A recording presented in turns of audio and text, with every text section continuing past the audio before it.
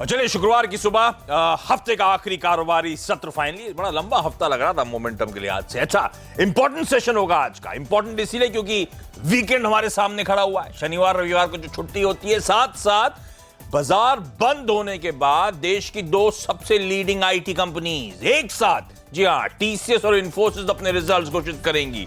यही नहीं, बाजार बंद होने के बाद इकोनॉमी से जुड़े आर्थिक आंकड़े आईआईपी और सीपीआई आते हुए नजर आएंगे और इन सब पर रिएक्शन मंडे मॉर्निंग को होगा। तो ट्रेडर्स कैसे पोजीशन करते हैं अपने आप को आज के सेशन में, ये इंपॉर्टेंट होगा देखना। लेकिन पहले आप लोग की स्क्रीन पर तौबराब, यानी कि कल जब हमने कामकाज की समाप्ति करी थी दोपहर 3:30 बजे और अब तक तस्वीर कैसी बदली है। अमेरिकन मार्केट में कुछ ज्यादा बदलाव नहीं देखने को मिला, बस हाँ, हरे में थे, लाल में बंद हुए, लेकिन बहुत ज्यादा मोमेंटम, ऑलमोस्ट फ्लैटिश नोट पे इंडिकेशंस थे, फ्लैटिश नोट पे कामकाज होता हुआ नजर आया। क्रूड थोड़ा ठंडा पड़ा है, ये इंपॉर्टेंट मेरे लिए, और एसजीएक्स निफ्टी दिखा रहा है आज फ्राइडे के दिन थोड़े से दबाव के साथ 0.3% की कमजोरी के साथ शुरुआत होने के इंडिकेशंस आते हुए।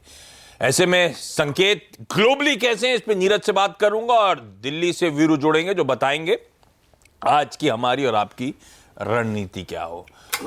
संकेतों में पहले तो वो लग रहा था कि पोलिंग बड़ी खतरनाक नंबर आने वाले हैं सुबह से, पर मोटा मोटी तो 2014 के लेवल्स के आसपास ही कोई संकेत मिलता है क्या उससे कोई बहुत है ना कुछ? हाँ, मतलब जो नंबर को डिकोड करके आप निकालते हैं वैसा। हाँ, अगर बहुत ज्यादा पोलिंग हो रही है तो फिर भी आप कह देते कि नया यूथ जो जुड़ रहा है, कुछ डिसाइसिव वोट पड़ रहे हैं, तो लगभग वैसा ही है। तो अभी देखते हैं अभी और सेकंड थर्ड फेज में ओवरऑल चाहिए नंबर, क्योंकि जो पिछली बार का था 66.38% देश भर का। हाँ, तो इलेक्शन कमीशन तो कह रहा है 2014 कुछ जगह ज्यादा कम हुआ होगा, मोटा मोटी 2014 में जैसी पोलिंग हुई थी 2019 में भी वैसी देखने को मिली है पहले फेज पे। ये इंपॉर्टेंट होगा देखना। ठीक बात, तो उससे कुछ ज्यादा डिड्यूस करना थोड़ा मुश्किल काम है, ध्यान रखिए। लेकिन मूड कैसा?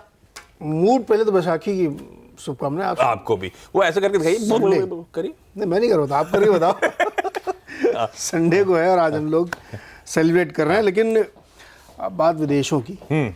अब एक नया मोर्चा खुला है जापान की तरफ। अब चाइना के साथ तो लगभग बातचीत हो ही गई है, अब नेक्स्ट हिट है जापान के ऊपर। बात खुल के सामने आ गई है कि जापान के ऊपर भी टैरिफ लग सकते हैं अगर हमारे फेवर में ट्रेड नहीं हुआ। ये यूरोप को भी धमकी दी थी, अब यूरोप के बाद नया मोर्चा जापान है। बहुत दिन से जापान बचने की कोशिश कर रहे थे, लेकिन चाइना की आड़ में सब कुछ सुधारने की कोशिश हो रही है। एक्चुअली पूरे दुनिया से उनको अपने ट्रेड सेटल करने हैं और ये अगले हफ्ते से बैठक शुरू होगी। एक्चुअली वर्ल्ड बैंक की बैठक है वहाँ पे, तो उसमें सब देश आ रहे हैं। तो ये जापान वाला मोर्चा अगले हफ्ते से खुलेगा। तो एक ये थोड़ा सा डैम्पनर है दुनिया भर के लिए कि वो 1 by 1 सारे देशों के साथ ट्रेड सेटल हो रहे हैं। तो एक थोड़ा सा वो नेगेटिव है, लेकिन उसके सामने पॉजिटिव क्रूड की तरफ से, जहाँ पे ओपेक कह रहा है कि अगर वेनेजुएला का स्थिति नहीं ठीक हुई तो हम प्रोडक्शन बढ़ाने पे विचार कर सकते हैं, लेकिन जुलाई से, क्योंकि वो बैठक जो होगी मई एंड या जून में, तो उसमें तय होगा, सिचुएशन को देखा जाएगा। तो वो एक आप कह सकते हैं पॉजिटिव। से क्रूड कल हल्का सा नरम हुआ इस बयान के बाद, तो वहाँ से। लेकिन चीन वाला ठीक है, जापान वाला बुरा है, क्रूड वाला ठीक है, तो दुनिया भर के और देशों से ट्रेड आ रहे हैं वो बहुत अच्छे नहीं। तो आज मुझे लगता है कि सेंटिमेंट बहुत पॉजिटिव नहीं है मार्केट के लिए।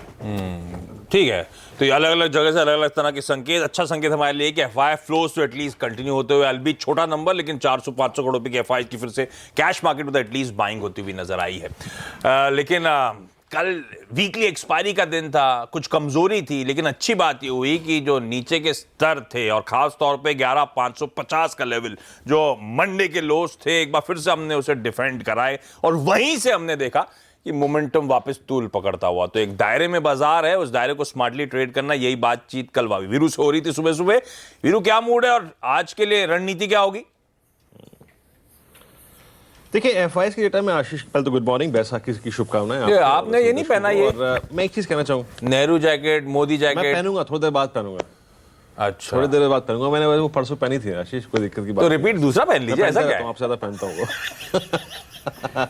पहनूंगा, थोड़ी देर में पहनूंगा। ठीक है। हाँ। मैं ये कह रहा था कि एफआईएस के आंकड़ों में मेरे पास बात करने के लिए बहुत कुछ है नहीं। ठीक है, 450 करोड़ रुपए की बाइंग है, दैट्स गुड, लेकिन इंडेक्स पे या फिर इंडेक्स ऑप्शन में बहुत कुछ बात करने को है नहीं, क्योंकि इंडेक्स ऑप्शन में जो कारोबार हुआ है वो 3200 करोड़ रुपए का, वो सिर्फ पोजीशन स्क्वायर ऑफ हुई है वीकली ऑप्शंस में, तो उसको छोड़ दीजिए आप। आशीष, मैं ज्यादा बातचीत करना चाहूंगा यहाँ पे दो पहलुओं पे, एक तो टेक्निकल और दूसरी बात यह है कि क्या नहीं करना है, क्या करेंगे वो आई थिंक सेकंड हाफ में बात कर सकते हैं हम। टेक्निकल्स ये कहते हैं आशीष के 20 डेमा के आसपास, जिस एवरेज का मैं कल जिक्र कर रहा था, 20 डेमा के आसपास निफ्टी पे और निफ्टी बैंक में एटलीस्ट जो कैंडल्स हैं, कैंडल्स हैं, उनकी जो बॉडी है यानी ओपन और क्लोज, वो काफी नैरो हो गया है, काफी छोटा हो गया, काफी बारीक हो गया है।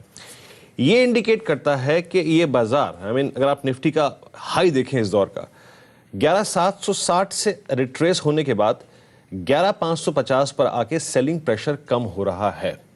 बाजार यहां से एक पुल बैक देने की कोशिश कर रहा है।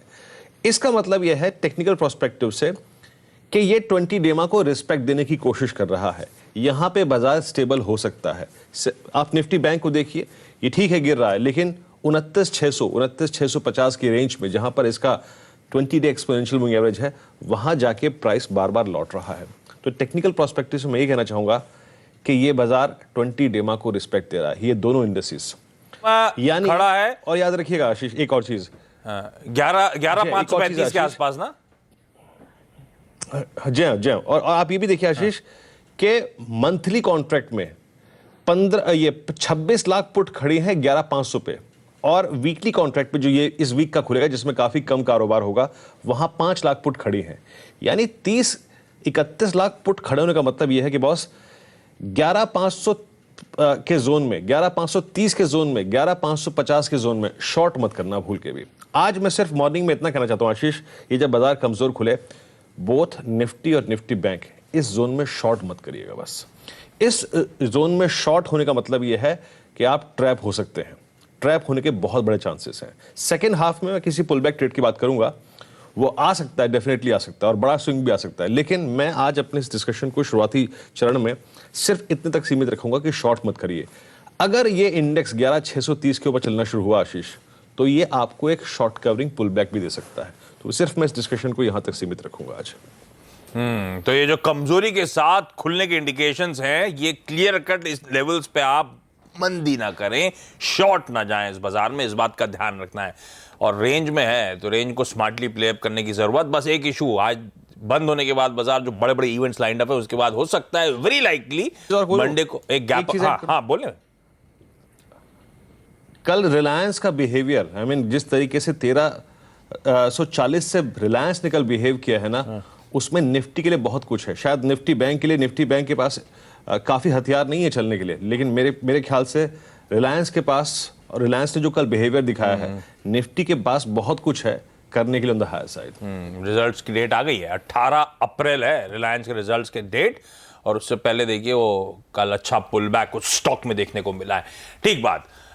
चलिए अब स्टॉक्स इन न्यूज़ पे कर लेते हैं फोकस। और बैसाखी नाल तेनू लख लख बधाइयां। ਉਹ ਤੁਹਾਨੂੰ ਵੀ ਤੇ ਲੱਖ ਲੱਖ ਵਧਾਈਆਂ ਤੇ ਅੱਜ ਅਸੀਂ ਭੰਗੜਾ ਪਾਵਾਂਗੇ सारे मिलके। हाँ सारे मिलके हम लोग वैसे 12:30 बजे इसके आगे नहीं बोलो, एक ही लाइन याद की थी। याद तो नहीं की थी, इतने तो आए, इतने सरदार दोस्त तो पंजाबी दोस्त तो हमेशा से रहे। भोपाल में तो बड़ा कंसंट्रेशन रहा है। एक पंजाबी दोस्त ग्रुप में होना जरूरी है, उसके बिना मजा ही नहीं है। मजा ही नहीं है, ये तो फैक्ट है। अच्छा स्टॉक कौन से रडार पर? जेट एयरवेज, इसके ऊपर फोकस रहेगा। देखिए बकाया नहीं चुकाने की वजह से 10 और विमान जो है वो इन्होंने दरअसल ग्राउंड कर दिए हैं। जेट ने अगली सूचना तक अंतर्राष्ट्रीय उड़ान रोक दी है। तो ये खराब खबरों का सिलसिला इसके लिए जारी है। कल रिपोर्ट्स आ रही थी कि शायद नरेश गोयल भी अपनी बोली लगाना चाहते हैं, लेकिन अब तक कोई औपचारिक ऐलान बैंकर्स की तरफ से निकलकर आया नहीं है, तो उस पर नजर रहेगी। टीसीएस पर रखिएगा नज़र। यूके की इंश्योरेंस कंपनी एजीएस के साथ इन्होंने करार किया है, लेकिन टीसीएस के लिए इस करार से ज़्यादा इंपॉर्टेंट है इनके नतीजे जो आज बाजार बंद होने के बाद आएंगे, और सोमवार को हम उसके ऊपर रिएक्शन देंगे। और पिछले 3 दिनों से लगातार देखिए नतीजों से पहले ये स्टॉक नर्वस है। कल भी गिरा था 1% और परसों भी 1.5-2% के आसपास की गिरावट देखने को मिली थी। तो उससे पहले ये गिर रहा है, तो लेट्स सी नंबर्स आने के बाद क्या रिकवर होता है, नज़र रहेगी इसके ऊपर।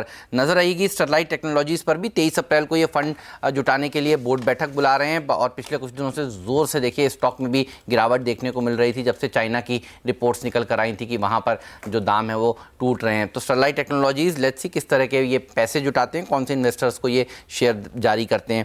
नजर एक रखिएगा मारुति पर भी, और स्टॉक ने पिछले कुछ दिनों में एक अच्छे बाइंग इंटरेस्ट दिखाया है। देखिए अतिरिक्त सेफ्टी फीचर्स से लेस ऑल्टो K10 के दाम इन्होंने बढ़ा दिए हैं, और ऐसी चर्चा चल रही थी अब कंपनियां जो हैं क्योंकि उनके इनपुट कॉस्ट बढ़ गया है, तो दाम बढ़ाने का सिलसिला नए वित्त वर्ष से शुरू करेंगे, तो इसके दाम दरअसल बढ़ चुके हैं। नजर रखिएगा टायर कंपनियों के ऊपर भी। FY19 में टायर इंडस्ट्री की सेल्स ग्रोथ 14 से 15% रहेगी, ऐसा इकरा कह रहा है। तो पूरा साल जो अभी अभी खत्म हुआ है 31 मार्च को, उसके लिए ये एक बताते हुए कि इंडस्ट्री की जो ग्रोथ है वो 14 से 15% रहेगी और जो मार्जिन हैं वो 7% के आसपास रहने का अनुमान है। तो टायर स्टॉक्स पर भी रहेगी नजर। तो इन सब चीजों पर अच्छा, रिजल्ट्स में टीसीएस और इन्फोसिस तो आने ही बाजार बंद होने के बाद। आज टिन प्लेट, टाटा मेटालिक्स और जीटीपीएल हैथवे के नंबर्स आने हैं। लक्ष्मी विलास बैंक की फंड रेजिंग पे बोर्ड मीट और जेट एयरवेज की आज डेडलाइन जो एक्सटेंड करी गई थी, आज 6 बजे वो डेडलाइन खत्म होगी। तो फाइनली कौन बिडर सामने आते हैं, क्या चल रहा है, उस पर क्लैरिटी आएगी। कल दिन रात ओवरनाइट तो बड़ी खराब खबरें जेट एयरवेज को लेकर आ रही थी। लेकिन चलिए क्विकली वरुण बताएंगे अब आपको आज ब्रोकरेज के रडार पर क्या है। Varun hi, good morning. Good morning Ashish. देखिए, सबसे पहले तो हेवल्स इंडिया क्रेडिट स्विस ने डाउनग्रेड किया है, प्राइस टारगेट 800 से काट के 780 का किया है। इनका कहना है कि इलेक्शन के बाद केबल की जो ग्रोथ है वो स्लो डाउन हो जाएगी। साथ ही साथ लॉयड का जो कारोबार है वहाँ मार्जिन प्रेशर होगा और समर सीजन में वहाँ जो ग्रोथ के प्रेशर्स देखने मिलेंगे, इसके लिए प्राइस टारगेट काटे गए हैं। Avenue supermart, Morgan Stanley underweight का कॉल दे रहा है, 1120 के प्राइस टारगेट दिए। जैसे इनका कहना है कि बिजनेस तो अच्छा है लेकिन काफ़ी सारे हेडविंड्स और शायद पहले बार किसी ने ये कहा है कि रिटेल में कंपटीशन बढ़ रहा है और इसके लिए ये अंडरवेट का कॉल दे रहे हैं। मदरसन सुमी, HSBC खरीदारी की सलाह, लेकिन प्राइस टारगेट काटे हैं 233 से काट के 170 किया है। जो ओवरऑल कार मार्केट में स्लोडाउन देखने मिल रहा है उसका इंपैक्ट यहाँ होगा। और लेमन ट्री पे CLA से खरीदारी की सलाह दे रहा है 89 रुपीज़ के प्राइस टारगेट के साथ। ओके, ये तमाम वो स्टॉक्स जो आप अपने रडार पर रखें, मिस आउट करके तो नीचे टिकर टीम चला रही है, नोट डाउन कर सकते हैं। और आज के ट्रेडिंग बैच अब आपकी स्क्रीन पर आएंगे।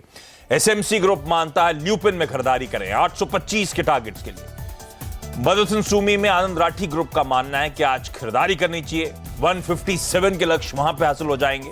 और प्रूडेंट ब्रोकिंग सर्विसेज मानता है ACC में खरीदारी करके चले,